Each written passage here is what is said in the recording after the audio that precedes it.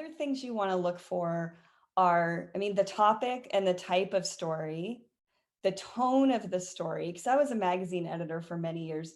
You would not believe how many people, and I even edit a travel site for women, and the things people pitch that are completely irrelevant, like a lawn mowing service to a travel magazine. No, we're never going to cover that. You want to make sure you know what they're covering, because people really do think, oh, I'll just send it everywhere.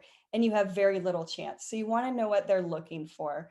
And there's two ways of doing this. If you have a story that you know really how you want to tell it, you want to find a place that publishes stories like that within the realm of the length you can tell it in. Or the other way, if you go, I know this is a modern love story, for example, you want to tailor your story to that publication and find a way to tell it in that length with their tone.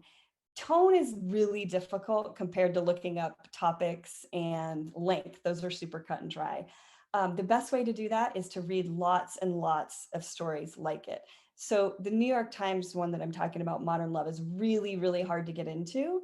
But I did get a story in there. The reason I really think I did is because I did have a good story that fit, which lots and lots of people do. But I checked out of the library the best of modern love. So it was tons of their columns. You could read them online, but I felt it was like really immersive reading it in the book. And I read story after story after story. And I had just kind of really incorporated the feel of how those stories are told. So it made it that much easier to write it and have it be a fit.